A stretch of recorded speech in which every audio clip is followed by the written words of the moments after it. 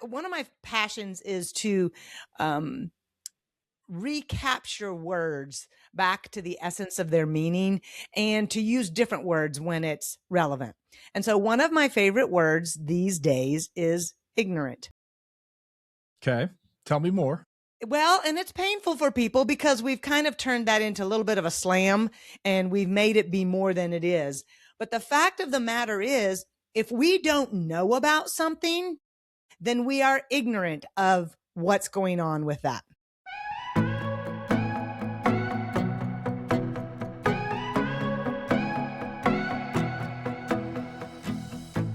Well, welcome to Real Life in Real Estate. I'm Mark Peebles, here to help you live your best life and achieve ultimate success. And I am so excited to be here today with a great friend of mine, someone who, when she walks into the room, there's like this energy that comes in with her that you turn around and go, who just walked in the room?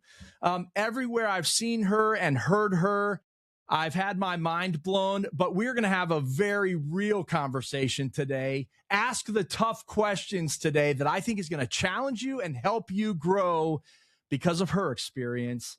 And that's my guest today, Monica Neubauer out of Nashville, Tennessee. Welcome to Real Life in Real Estate.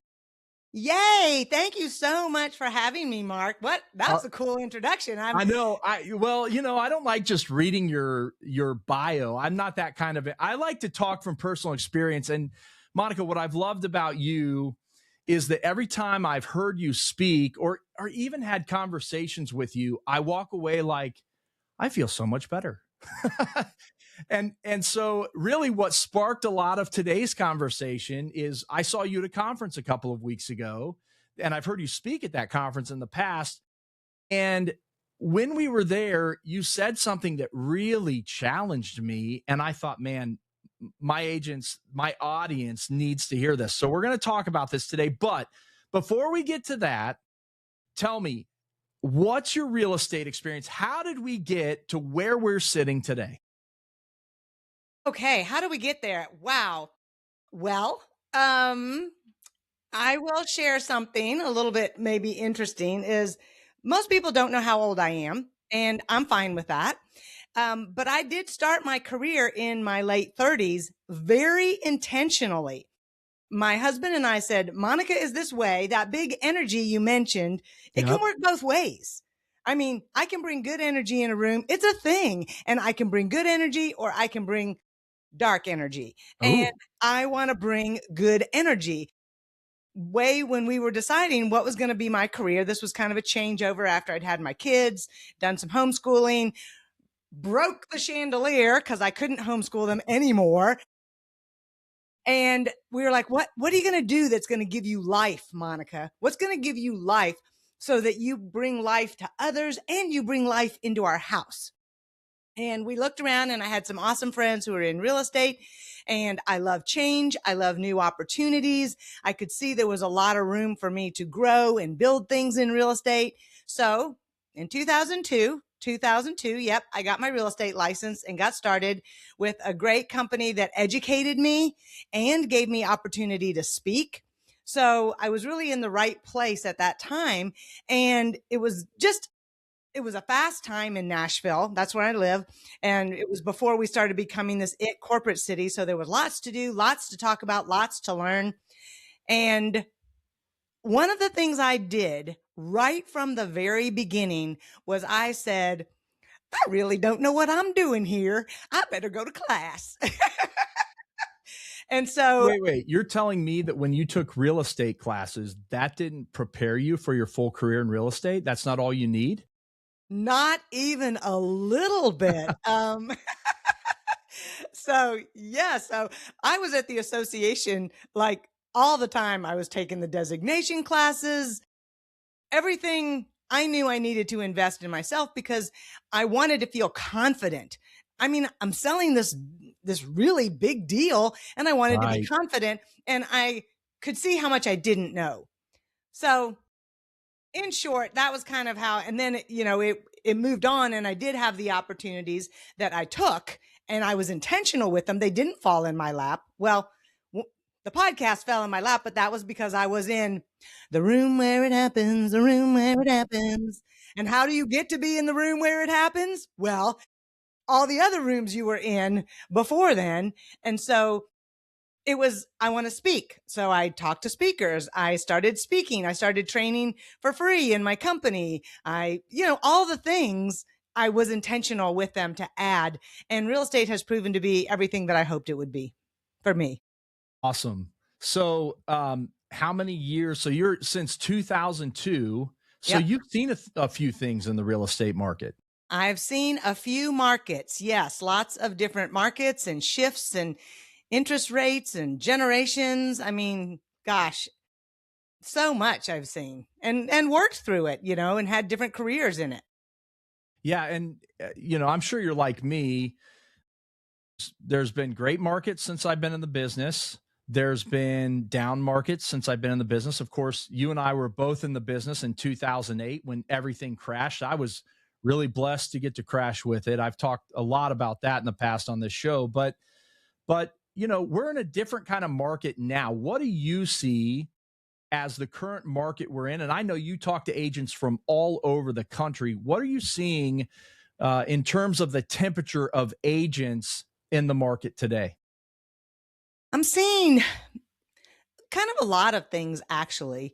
The agents who are, I'm going to use this word, the agents who are older and have built strong businesses because they've been getting education, they've been going to class or coaching or whatever they've been with, they are doing fine. They have enough business. They have clients who love them and trust them. And a lot of their clients are also older, which you may have talked about this before on the podcast about how the data shows that the repeat buyers are now, the average age is 62. Yes. Older agents and these older clients they're doing pretty well. Right. And the people who are well trained, who, had teams and had a lot of business, well, they've cut down, maybe had to release some people, but they're still making a living. Well, then you have everybody else, people who maybe didn't have the education or didn't have the team or just whatever. They're not succeeding. Now, we know from the data from NAR that a lot of them still have their licenses. They're still paying their dues. They're still realtors. They're still out here. Is it wishful thinking? Taking up space. Well, I mean, they are, kind of distracting. I mean, and that was one of the things that they said in the danger report is that we're going to have a lot of untrained agents who are going to affect things as well. But a lot of them want more. And, I've been starting to talk to somebody who I'm going to talk to a little bit more soon. And they want to stay in real estate. They have taken a job. They don't love the job. But of course, when you have a job, first of all, let me just say, if you're not doing great in real estate and you still want to be in it, great. We're going to tell you how to do that. But the realistic thing is you got to pay your bills. And I'm going to tell you, I don't know your story from 2008, but I'll tell you just a little bit about mine because it's very relevant to everything that we're going to talk about today. So in 2006 and 7, that was when Nashville was just booming. That was when the whole multiple offer things was going crazy, and Nissan came to Franklin, Tennessee, which is actually where I live. And so it was crazy. Well, then when it crashed in 2008, we were all like, oh my God, you knew it was coming. We saved a little bit of money, but it was not enough. Yeah, but no one was ready for that. There was but here's an interesting thing too. I mean, I want to say there was no business, but the number of sales was about the same as we have now, like in these last 3 or 4 years. Right. But at that point, the foreclosure agents had such a huge market share that there were less for those of us who were not in the foreclosure listing situation. So It actually was less transactions for your average agent. So I still had a few, but we'll come back to what I did during some of my downtime that year. But it came around to fall, and I looked at my bank account and I said, I have gone through and I've gone through my 3-month emergency fund. Note to self, you need a 6-month emergency fund. Right. So I'd gone through the emergency fund. We were making it okay. We were being frugal and everything. But at Christmas time, I got a job. I didn't take a full-time job, but I looked around and I said, well, okay, it's been a hard year. I don't have any business over the holidays. This is a good time to go work in retail. And so here's what I asked myself. Because, by this point, I'd already been, runner up for rookie of the year. I mean, I was already doing really good. And so I said, I'm just not going to go work at the mall. I mean, I got a great mall by my house, but doggone it, I'm not going to work for $10 an hour. Not doing that. So Yeah, I looked, right? I I have get it. my borders. But I looked around at what was out there and what was Christmas. And I said, jewelry stores, they're going to pay more. Yeah. And so I actually got a job in 2008 at Tiffany and Company, Wow. which, yeah, we have one of those. And it wasn't it's not in the mall close to my house. I had to drive a little bit, but I had an awesome, busy season. And even though it was a down year for them as well, I made more money than I expected. And it really helped me feel great. So I tell that story to say sometimes you just need to say, okay, maybe I'm going to go work landscaping for the summer just to kind of get out of my doldrums here and do some work. So when we talk about doing something else, you don't have to make a whole career shift, but sometimes you need to get money in the coffers and just go get a job. Yeah. Yeah. Money actually is kind of important. It It does. is. And yeah, people need to be realistic about it. Yeah, for sure.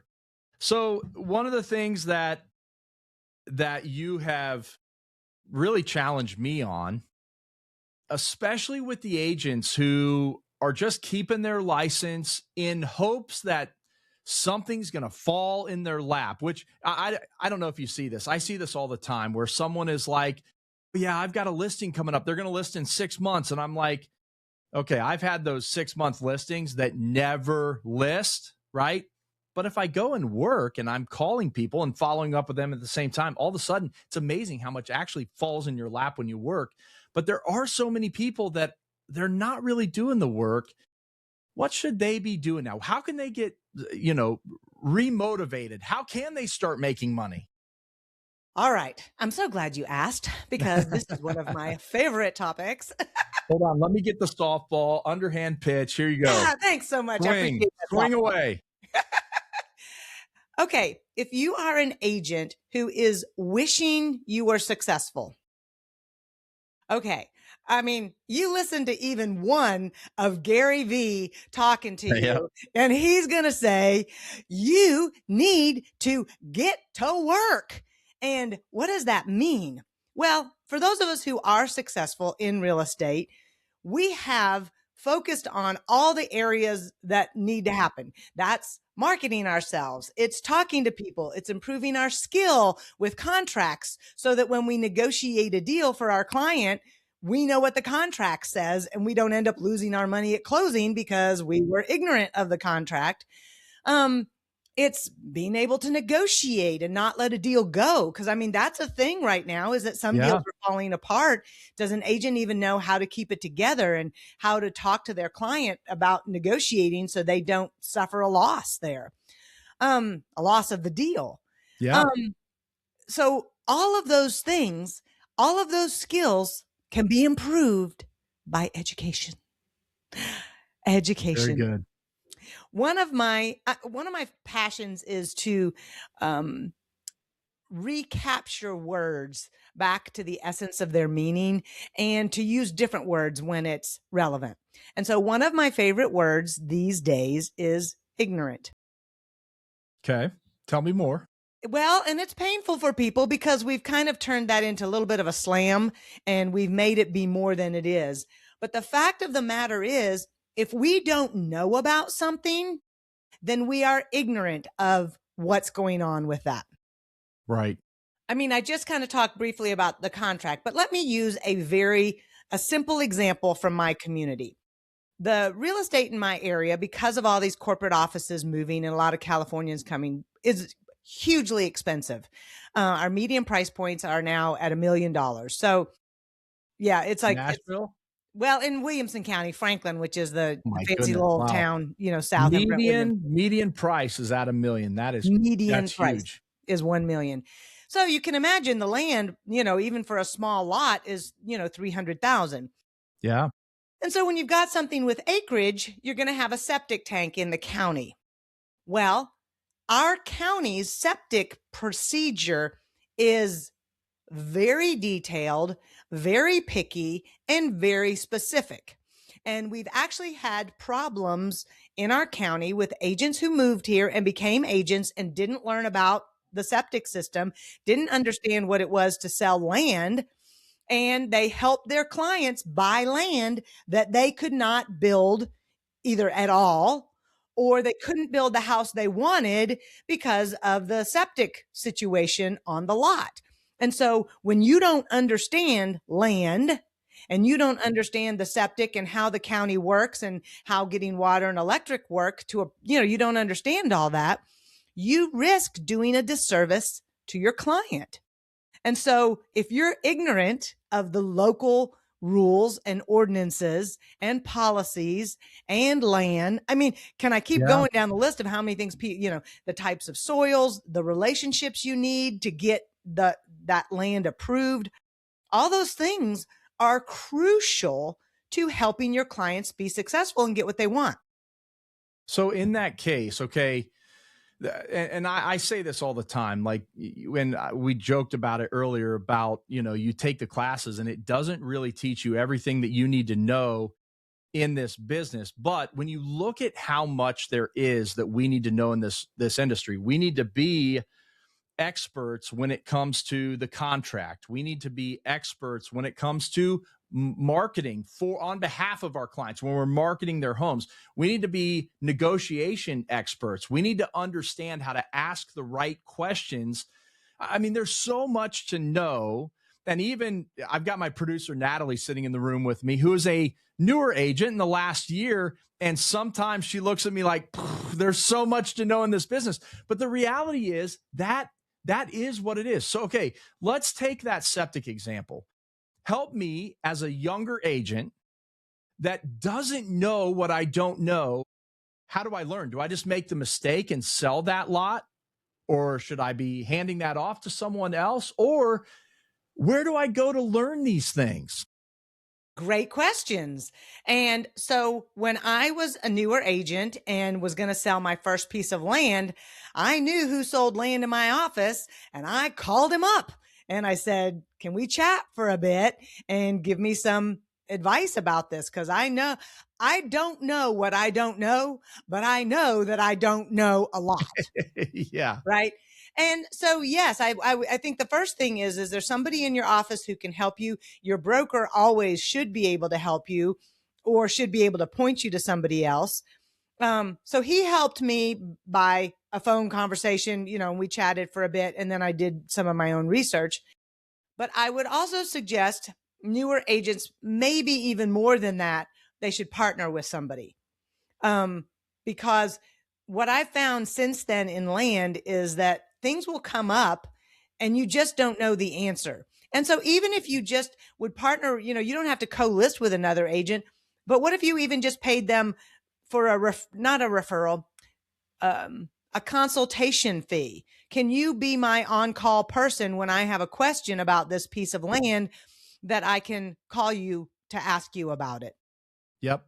And because Absolutely. also in some of the outlying counties, and you're in Ohio, and I don't know, Ohio is a little more dense from town to town than we are, from our big cities. But when you get Right. out in the rural areas, it's a different situation. One, they It have is. far less regulations, and then you have less regulations, and you also have a different contact person. Some counties manage it themselves, and some counties don't. They put it to the state. We have a state board Right. for that. So that again, there's another layer of what you need to know. And gosh, I remember learning that when I had a person who was buying a property way out in the country, arguably farther away than maybe I should have been working, but gratefully the listing agent was really helpful to me. And there was no permit for this, and it was rocky, and I was afraid for my client. But I fully disclosed everything. We learned together, and they said, okay, I got the picture. They got some information from the seller and they felt comfortable. So, You but know it was what you different. said, what you said there, I think is something important.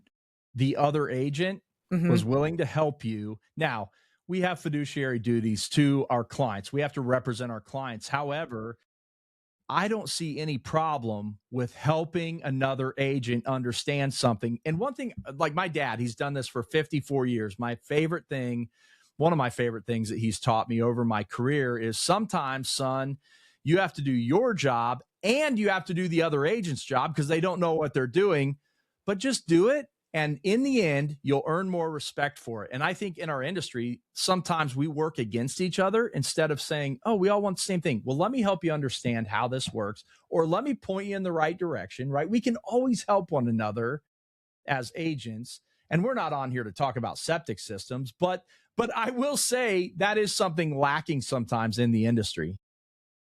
Completely agree because on that same deal, I needed to use comps that crossed county lines. And in my area, you don't use counts that's not a thing Yeah. because of our school districts and the things. But over there, they do it all the time. So it's just a Yep. matter of, and he is serving the fiduciary for his client by giving me the information I need to help my client succeed. So Yep. there's no violation of Yeah, that's fiduciary great. there because this is what we need to work together to make everybody be happy in the situation. There's agents struggling in the market right now. Yes. We see it. You just mentioned a few minutes ago the agents that are kind of sitting there wishing that their business was better. What's the question they should be asking themselves right now? Ooh, that's a good. Okay, if I'm sitting here with no business, and let's even just say I go to Chat GPT and I say, I am an agent who is not doing good. Here's the question. What should I do to get business? Now, that's going to be the first question, but you and I both know that if I can have 5 seriously qualified buyers and sellers that I can convert to a client and then convert to a closing, that's better than just having 10 people who are questioning and asking and not making decisions. So our situation as agents is not just I need to find the people who are interested. I need to help them get what they want. So once you have someone who's qualified and they say they're ready, how are you leading them to the deal that's Mm, awesome for them? And so it's not just meeting the people. It's Mark, it's every stage of the transaction. right. I mean, we don't talk about this as a sales industry as much as we should, in my opinion. Because I will note that consultants get paid by the hour and they get retainers up front and all that stuff. We do not make money most of the time, depending on how you negotiate your situation, until there's a closing. So we have to be closing people all through the process to get them to. And what does that mean? That means they have to make decisions.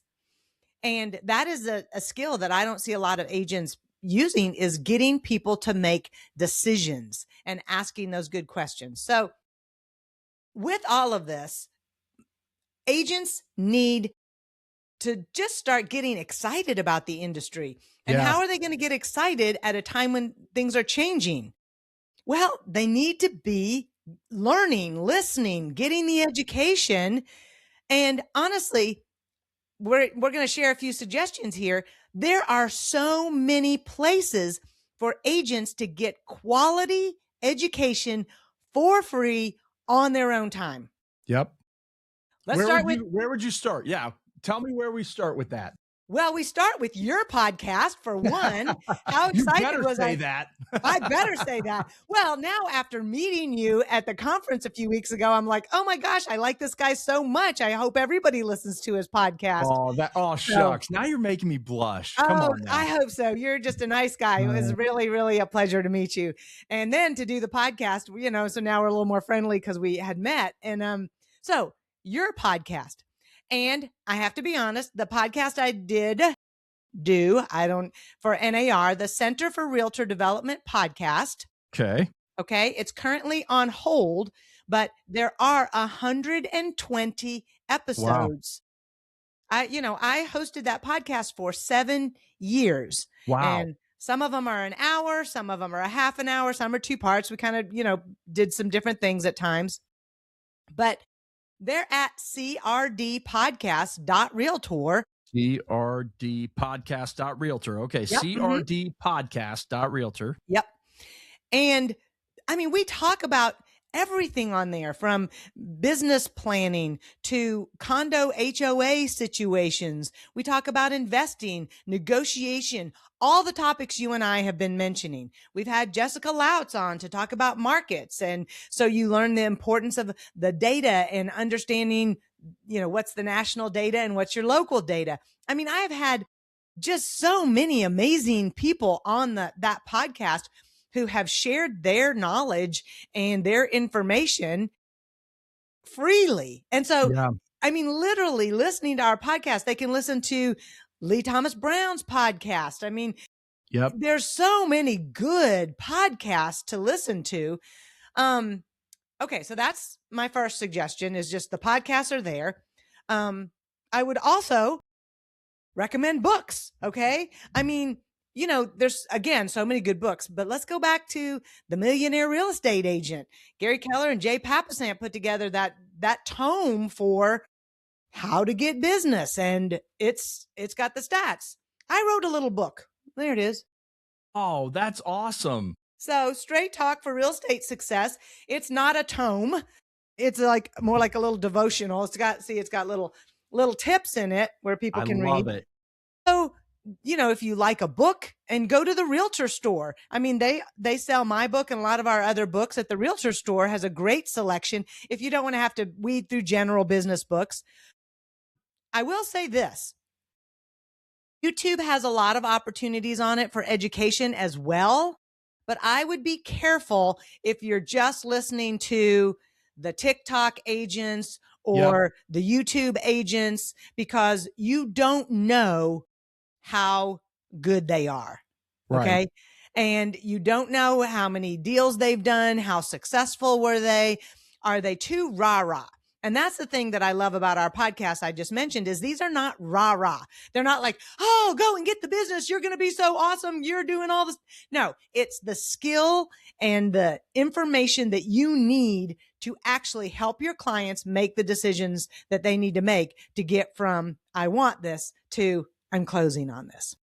Do you ever think that there are agents out there, like we're talking about, that should be seriously asking the question, should I stay in real estate?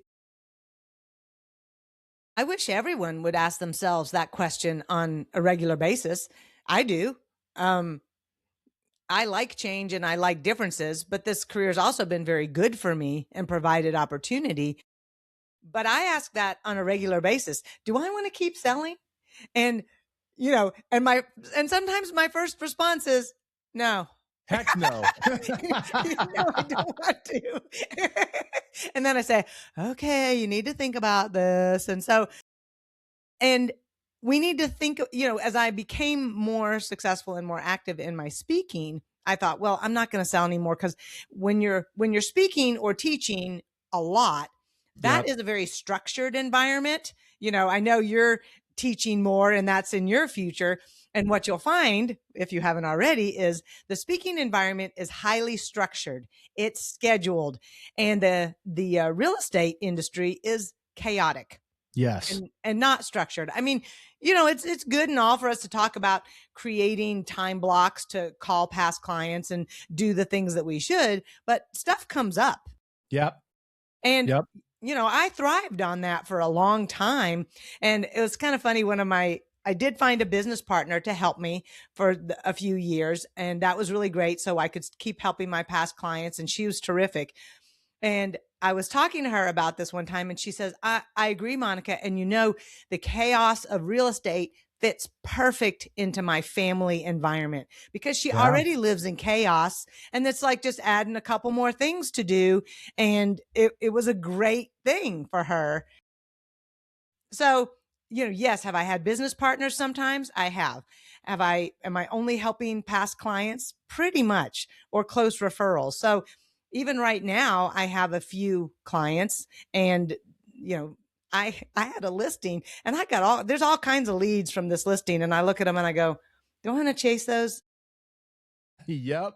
No. I understand that. And now listen, if you're listening to the show today and what Monica's saying, she and I are at a different point in our career where we don't have to chase as much, right? And so for me, I always tongue in cheek say real estate is easy. And what happens is that people get into the business and then they realize real estate is such a hard business. Yes. Now, I can honestly say that 20 years in this business, and then I watch my dad's career of 50 plus years, like real estate does get easier.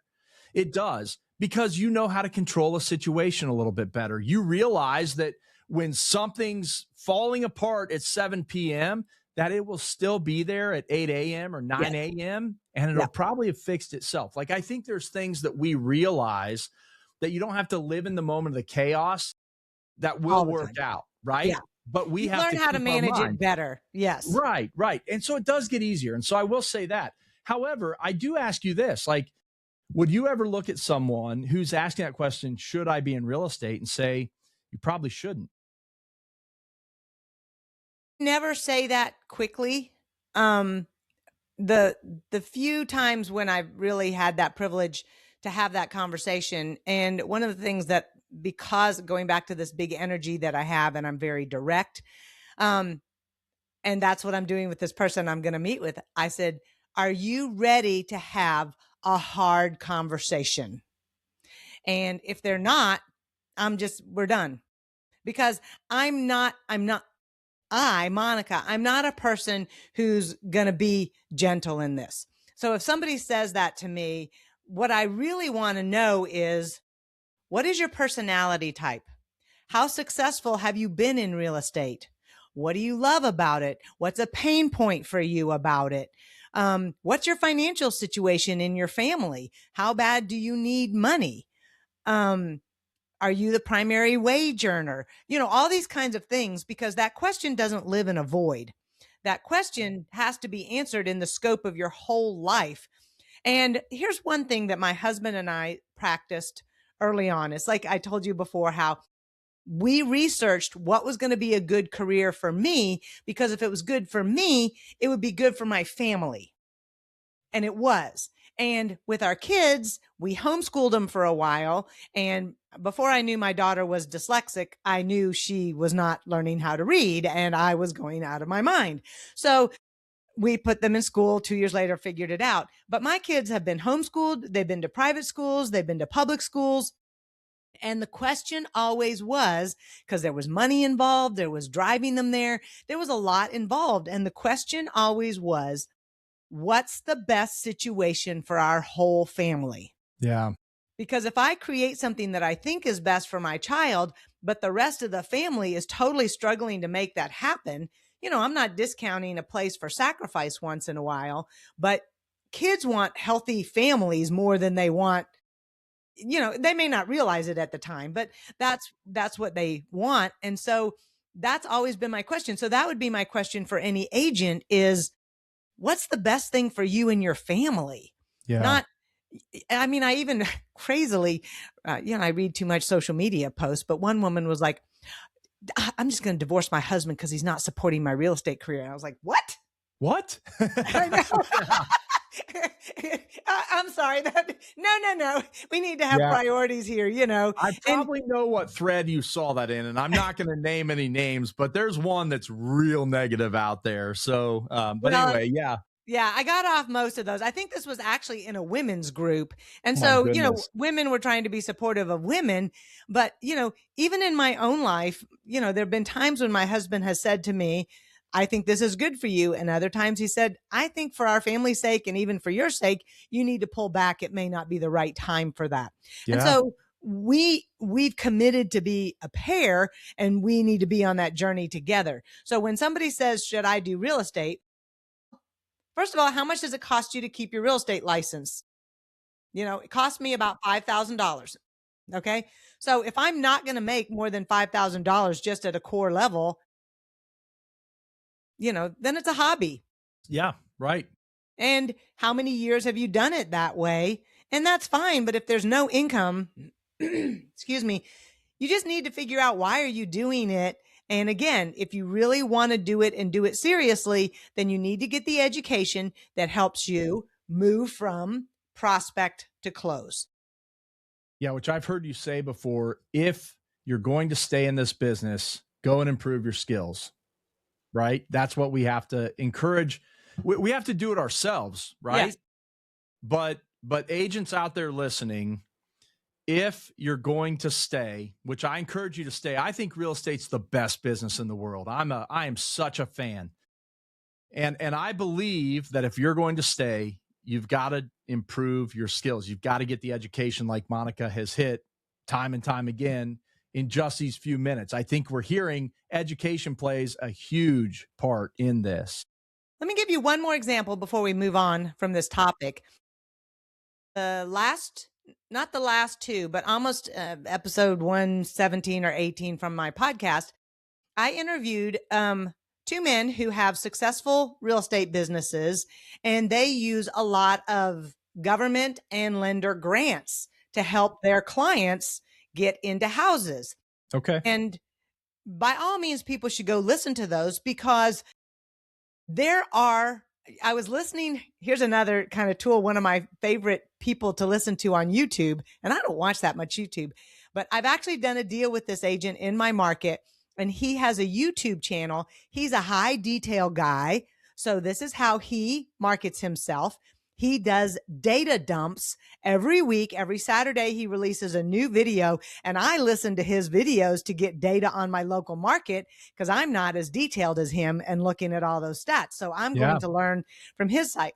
But anyway, now I've gotten myself 3 deep in where I was going. Back to the YouTube, where was I, Mark? Where was I going? We were talking about improving your skill and the education piece and the importance of being educated. Right. Okay. And I was talking about what? This is what I love about our conversation, Monica. We're both ADD. And if there's great agents listening, they're probably have a little bit of ADD too. And that's okay. And that's so okay. They're tracking with our conversation. Story. Yeah. We love a good story, don't we? We do. Yeah. Anyway, so I'm training myself to do this, and I'm training myself to have the information because of the skill of I need to know how to learn the data, but I'm not that great data person. So I'm following his data, and he's showing me things that are coming. And so the skill comes into how do we better use the data? And if you don't have that, go find someone to do that. So there's so much opportunity for, again, good free education, the skills in negotiation, in coming to a close, in one of the things they've been talking about on my office is, oh, I'm so excited now to do a client party. And so everybody's chiming in, encouraging this agent how to do a client party and things to think about. And I love to see that. So there is, and that's one of the things I love about it, Mark. If I bump into something I don't know, I go, okay, it's my time to go learn something new. And off I go.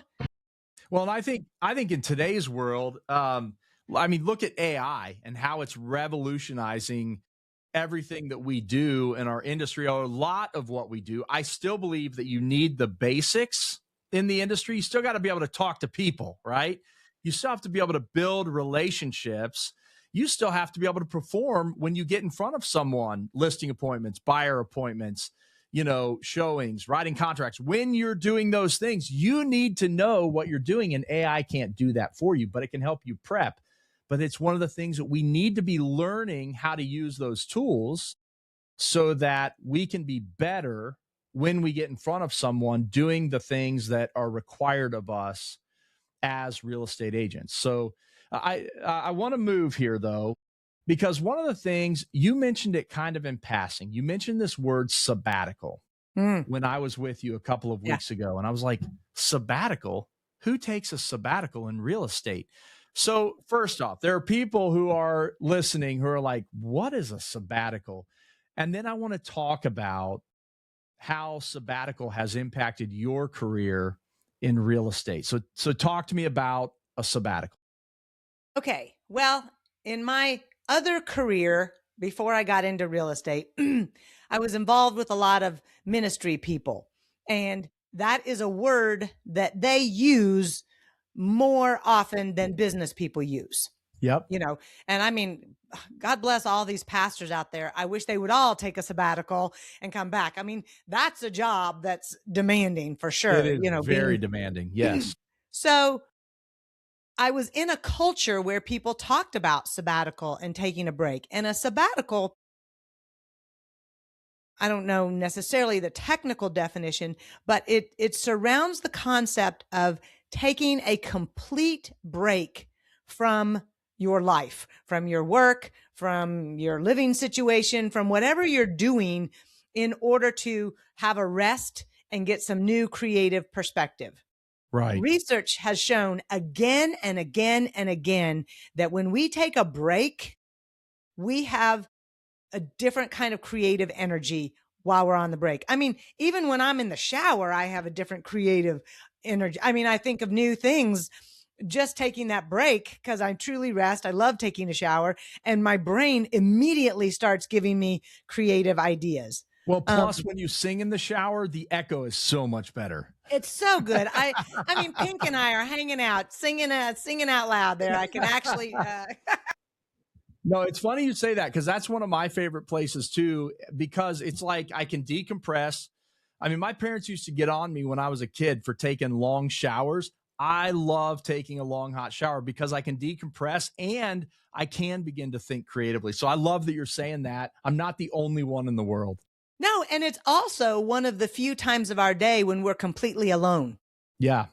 I mean, sometimes in our car, but then we still feel like we can do any other things. So it's interesting to notice we enjoy having that time completely alone, and we cannot be doing something else. You can't be on your phone when you're in the shower calling people. Right. It's just not a thing. And so my husband and I, we looked at all of our vacations. We were so grateful when we didn't have any money. His parents had like family beach vacations. And when we would take the long walks on the beach, that was so good for us as a family. And I will often tell the real estate agents, you need to be calling your past clients, your list the week after Christmas, because guess what? Or the week after New Year's, because they've had downtime, they've had creative time, and they've talked about what they're going to do in the next year in a way that they may not do again for several months. Right. And so, right. And so they're having that short break. So we had seen how that would help us. And because we had grown up in this culture, had some time where people talked about sabbatical, and that was kind of the rhythm of our life was work for like the school year. I mean, school teachers may feel this, they get the break in the summer and that kind of thing. So how did I do that in real estate? I decided to. I mean, but honestly, it came because I was at the end of my rope. I was exhausted. I couldn't see a new way. We were so tired. And so my husband and I started taking 4 to 6 weeks off in generally different times of the year, because when we were in our 40s, we were going through our own hard stuff. I Yeah. have a lot of compassion. I'm moving into now a little bit older phase and thinking about how do I want my third chapter to look like. And I remember though being in my 40s when Mark and I were struggling with our life and what were we doing, and our kids were teenagers. Oh my gosh, it's amazing that we made out of there healthy. And it's so easy for me to understand why so many people do get divorced after their kids leave, because if you didn't tend to yourself in those hard years, then you got nothing else to give. You're Yeah. just exhausted. And so we could see that we were not doing well. And so we ended up, I think from like 2011 on, taking a month off every year. And then first off, we just drove to Santa Fe and we went and stayed like a week at a time. This is not just go take a trip and bounce around. No, Right. it's not a trip. So the first one, we were out west and we literally stayed a week at each location. And then in 2014 to 2015, we started with the school year 2014. there were some things we thought we might still want to do with our life. And we said, I'm going to take a whole year. Wow. Yeah. And so help me remember to come back to what happened to my business during that year. Cause that's what people want to know. Yeah, that's right. um, but we wanted to know, what did we want to continue in the vein we were continuing in? Did we want to go do some new things in a different situation? What did we want to do? And so we said, we're taking a year off. We packed up our house. We took our kids who were, older, and we all kind of camped out at my parents for a while, which that was kind of iffy. But Mark and I were gone a lot, and our son, he moved on and got a roommate, which that was a good thing for him. And my Yep. daughter had a weird adventure year. So she and all of our friends took care of her. Yeah. So, I mean, yeah, it was a little bit crazy at our house. And I was speaking at the time, so we had a little bit of income, but we did traveling, very specific trips. We stayed a month in Mexico and literally just let our just got ourselves in that full neutral space back to, what do I want to do with the rest of my life? Yeah. So coming out of that, and then I'll ask you what happened with your business, but coming out of that, to walk me through how you felt mentally, emotionally, physically, spiritually coming out of that time. Well, we were fully invested in all of those things, getting good exercise, eating well, tending our spirits, talking to God. We were all involved in all of that. And some people encourage, if you take a long one, to get a mentor or, somebody to kind of help you so you can make a few goals of what you want to decide by the end of it. And so it also happened, my husband had surgery during that year. And I also took a 3-week trip all by myself. Some people freak out Wow. about that. I would. If your wife took a 3-week trip without you, or if I took a 3-week trip alone, I always tell my wife, like, I love hanging out with her. And so I'm like, there's no way I'd want to be away for 3 weeks and not get to hang out, anyway, but that's part of that journey for you. So keep going. Keep telling us about it. Something was in my craw that I was like, I am going to go deal with this. And I did see some friends and I saw some beautiful things, but this was within our sabbatical year. So I already kind of had permission, to do this. And my husband had surgery. So at the end of it, we decided, and our life didn't change that much. During this year, we packed up our house, we rented it, we sold it. So we were living in one of our rental condos. And at the end of the year, we said, okay, we're going to stay in Franklin, because we were considering moving. We're going to stay here. We're going to buy another house, and I'm going to keep doing real estate, but I'm making XYZ changes. I'm going to speak more, whatever. We made the decisions with fresh eyes of what we were going to do. My husband decided to focus on his art in a very concrete and specific way. He's a fine artist. And so we did come out of it with some clarity and some decisions, and this is what we're going to do. So we came back, and that's what we did. We went back into it with new interest and curiosity and fresh perspective and more desire just to be there. Okay, so now I have to know the question that's on everyone's mind, and you even mentioned, what happened with your real estate business? Well, I'd already been in the business for about 12 years at that point. So, and those were some of my most successful years, despite the fact that we had the downturn. It was still, I'd built up a lot of good business. Yeah. I have done the math, and I know how much it cost me. It was a lot. Yep. And there was some referral fee, but I also find locally, I don't refer locally. It just doesn't go as well because people know other agents. And so they'd rather go use them. And so there was a lot of money I didn't make. Okay. I had come to terms with that. And the other thing that happened is I didn't post about it a lot. We did have a secret blog that we just shared with friends and some close family, but we didn't advertise it. And I didn't post during that season all over social media where I was everywhere in the world and everything that I was doing. So people didn't really know what was going on. I mean, I'd still post this and that and the other, but people don't know, if especially if you're not calling them all the time. They Yeah. don't know you're not around and that you're Right. not selling real estate. And so if you were to take off 6 months, I mean most people they can't fathom a year. But even if you were to take off 2 or 3, you kind of need to take off a few months if you're going to do it, just because it's either like take your whole vacation and leave your phone in the house when you're at the beach and get somebody to help you with your business. That's the first step to do that. But then if you're going to take the break, take 3 or 4 months off, because you're going to have you have a pipeline issue. You're going to need some help to do it. But when I got back, people, they were still calling me. They didn't Yeah. even know I'd gone, really. And so I lost some business, sure. But when it came back, you just start calling people and you're excited about your business again. You're fresh, you're ready to go, and your clients are with you, you know?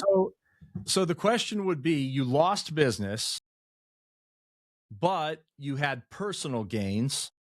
Was it worth it in the end? For me, 100%. 100%. And we're in an industry, if you think you want to do that, you pad your savings account a little bit. We were able Right. to do that because the Nashville market was very good and I'd had some good years and I was still speaking.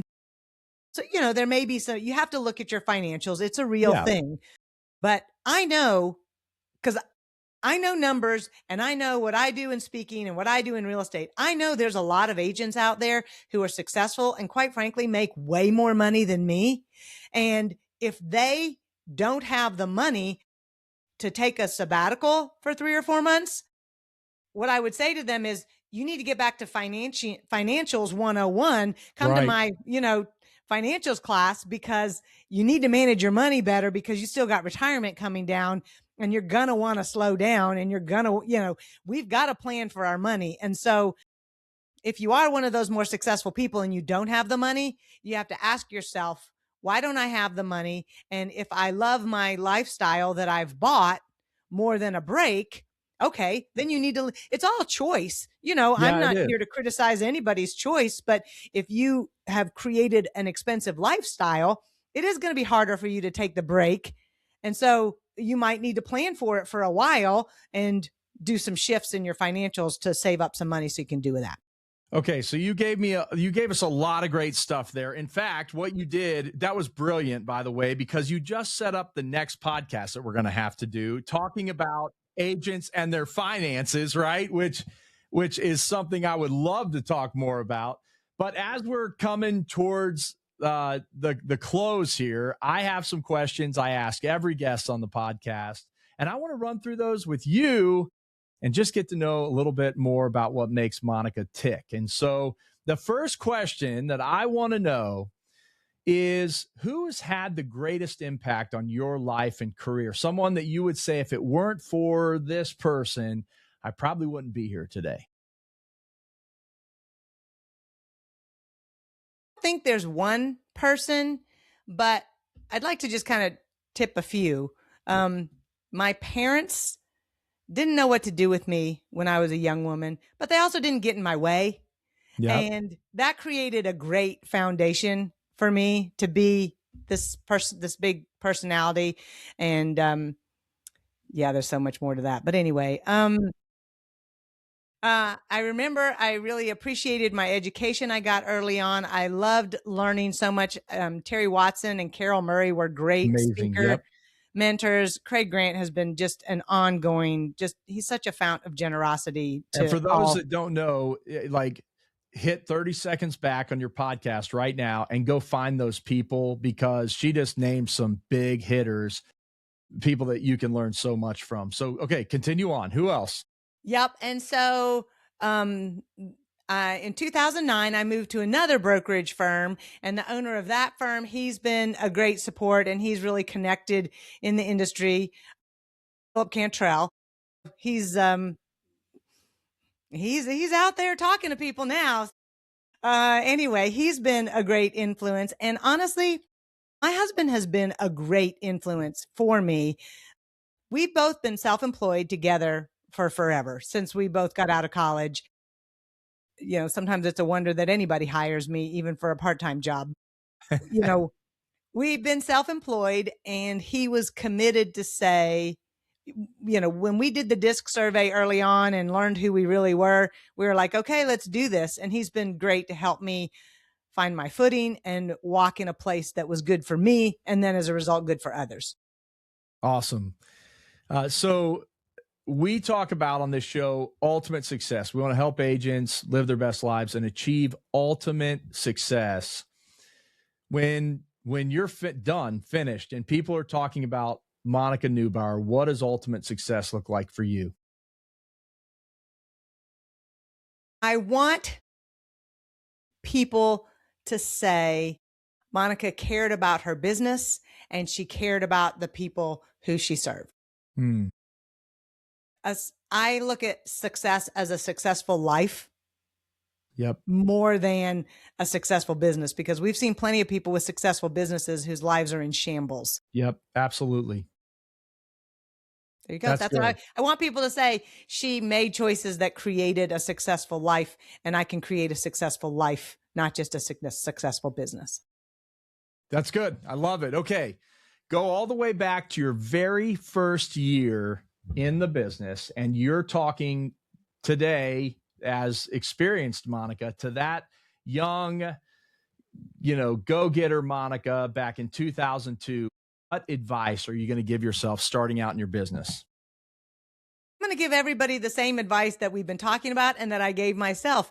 If you want to be confident when you go out and talk to people about working with you as their real estate agent, if you want to be at your deepest part, the person who helps others fulfill their dreams, and you want to see them do it successfully, the only way you're going to be able to do that is if you get the education that you need, not only what you need, but that you know where to get the next thing you need. Because you and I know, again, Mark, the deals, are you still finding things that didn't happen when you started?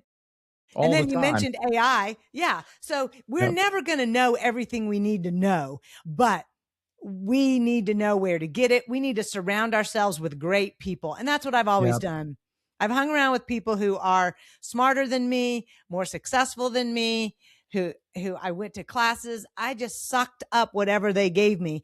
And honestly, one of the trickier parts was then digesting it and making it my own, because that kind of comes and goes and you feel pressure. But I was like, I'd still much rather hang around smarter people than me who are feeding me like a fire hose than I would with people who don't have anything. They don't like to talk about stuff that makes us grow. Yep. And we all need to grow. Even people, so many people see themselves in a place where they know it all until if they would go sit in a class, this is what I love. I've been in this 20 years and done hundreds and hundreds of transactions, but I'll go sit in a class with someone and be like, wow, I never thought of it that way. Well, I should start thinking of it that way, and we can always learn. And I love that about you. You're a learner, lifelong learner, but also now a lifelong educator that's helping others to grow. Last question I have for you. I want to know, are you a routine person? Do you have a daily routine that you go through? Okay. No. It's that's one of the things I give some people hope when I come into class and I talk about systems. It's important to have systems. Yep. And honestly, I've had assistants and I've had people who've helped me along the way. And if you're going to be a big team leader, you've got to have better systems than I do. There was a ceiling because I didn't have the best systems. With that being said, we all have some system. I wouldn't be who I was without the systems that I do have. Yep. And so, no, I'm not a great routine. Do I journal? Yep. Do I journal every day? Nope. Do I exercise? Yep. So I pick what I value, and there's seasons for me, but I'm not like a daily, things just come up and I have to deal with things that are what's the category from Stephen Covey of important and urgent? They just, they're blaring in your face. And then I calm down. So I wish I was a little bit more structured, but it's just not in my mix. So I sometimes think, though, because I think you and I have minds that are very similar, that are, we can go a million miles a minute and be on to the next thing in a half second. Talk to either one of us for 3 minutes and you'll know that. But And I think that's okay in this business. I think though, and I also think people that are like us are very successful in this business. Mhm. And the thing that can take us to the next level, if we want to go next level, is more systems. And I think Yes. that routine helps. Yeah, so Um, if you have a routine and you can build one, 100% I support that. And so, yes, sometimes I do have it's not like I go to bed at 9 o'clock one night and 1 o'clock the next night. It's not that right. crazy. I still go to bed, get up at 6, take a walk with the dog and my There husband you and all, go. There's routine. There you go. there's a little bit of routine there. Yes. And now I'm going to the gym, which is fantastic. It's not overrated. Keep looking for the best thing to do. Yep. Yep. Yep. No, I know how that goes. Yeah. Okay. So, where can our audience find you? Well, they can find me at my website, monicaneubauer.com. And from there, you can order my books. I have another one. You can find the podcast. I'm on Instagram sometimes. Facebook is where I mostly hang out. LinkedIn. I mean, I'm all over. If you Google me, it goes for pages and pages because I kind of have an uncommon name. So, yeah, just find me and follow me. Chat with me when you see me. And I will absolutely chat with you when I see you. Hopefully, I see you much more over the coming months and years. But this has been such a great conversation. I know you've opened my eyes to. I think especially my big takeaway today is this whole concept of sabbatical. In fact, as you were talking about it today, I started to really feel challenged on that. And I hope this has challenged others out there, not just on the sabbatical, but maybe you need to be out getting more education. And listen, if you see, if Monica is teaching in your state, at your association, at a state conference, like you've got to get in the room with her because something happens when you're just present with her energy. And don't you wear sparkly shoes? You wear the sparkly shoes, don't you? Sparkly shoes and red clothes. That's Yeah. right. Yeah. She's got a brand about her. No, but Monica, this has been a real joy to me. And I just thank you so much for being with us today. And for you, the audience, listen, I want you to get education. I want you to be better in your business. One of the ways that you can do that is through the Ultimate Success Framework 100 Days to 100K course. That is our online course. It's available at itsmarkpeebles.com. Itsmarkpeebles.com. And we're going to work on just helping you manage the basics, your two most valuable assets, your time and your relationships. You can manage those two things really well. You can go anywhere in this business. So check that out at itsmarkpeebles.com. And also our YouTube channel. Don't just follow TikTokers, but you can join our YouTube channel. Go on and subscribe at itsmarkpeebles, at itsmarkpeebles. Monica, you're just such a pleasure to get to talk to. Thank you for being with us today. Well, thank you for inviting me. I'm sorry it took us so long to get together. It's delighted to be friends with. I am delighted to be friends with you now. Thank you so much, And Mark. I feel the same delight towards you. So thank you so much. And for all of you out there listening, have an awesome week, and I'll see you again soon. Bye now.